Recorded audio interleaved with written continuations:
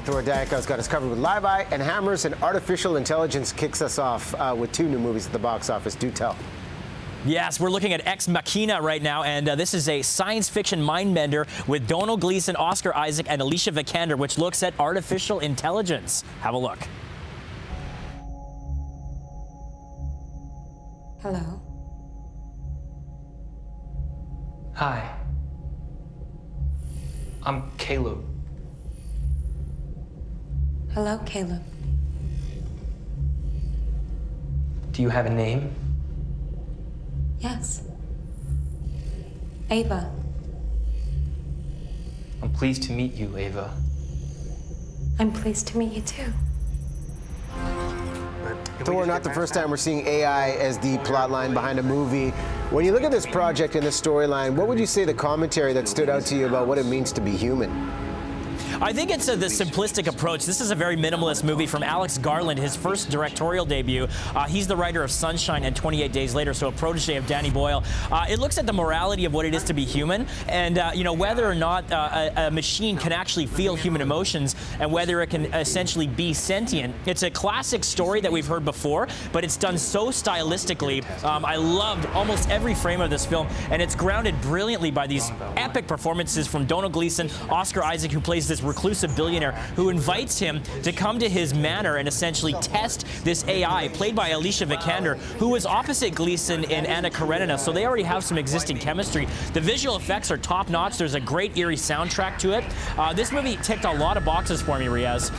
You know, just looking at some of the shots, I can see the style, the cinematography, tone, mood, just through the images. But what do you think will make this movie about AI stand out and have people talking about it years to come? Or will they, in fact, even do that with this?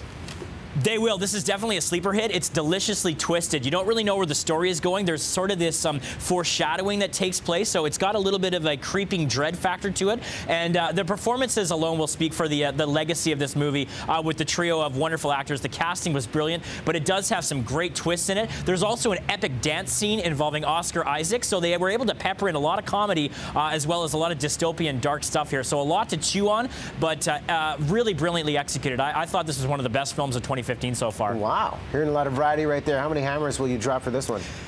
Ex Machina doesn't reinvent the wheel when it comes to themes, but it does it in such a glorious way. I'm going to go 4 out of 5. 4 out of 5 to get us started. Solid start right there. Okay, a bit of something for everybody at the box office. The romantic drama. I know Blake Lively's involved. Tell us about this new project. Yeah, and this has a fantasy twist because Blake Lively plays a woman who is perpetually 29 years old, and so she lives about 80 to 90 years at the same age. So it raises a lot of interesting questions about the price of beauty and aging and what it's like for a woman to watch her daughter actually grow older than her. She strikes up a romance with Mikhail Huisman from Game of Thrones, and then he takes her to his parents' home to meet his family, and there's a little bit of a twist there. Very interesting flick, shot mainly in Vancouver. It doubles as San Francisco here, but despite its kind of ludicrous plot, there's a lot of good things happening here. Blake Lively, the leading actress in this movie. Katherine Heigl was originally attached to the role. She moved on. Natalie Portman, and then obviously Blake took over. Does she have what it takes to be a leading actress, and will we see this in movies to come? You know, I have to say she does, and I wasn't the biggest Blake Lively fan going into this film, but she really surprised me. She settled into this role very nicely with an extremely nuanced performance, and it's hard to go through and play someone who has this identity crisis through different decades. The fashions were amazing as well in all these different time periods, but Riaz, Harrison Ford steals the show in this film. In the last third of the movie, he comes in with this twist and really displays some incredible acting, and for anyone who doubts that Harrison Ford still has it, he will dispel any of those criticisms because he is compelling, and his scenes opposite Blake Lively are very good in this film. And you know, despite its sort of typical trappings of being that you know, schmaltzy romance, there were a lot of thought-provoking issues in this film. So overall, despite a couple of bumps along the way, it actually did have me hooked most of the way. How many hammers for The Age of Adaline? We've got some familiarity here, obviously, and some ludicrous plot details, but it's grounded nicely by Blake Lively and Harrison Ford. I'll go 3 out of 5. 3 out of 5, okay. And do you think either of these movies will take out the Fast and the Furious franchise at the box office this weekend?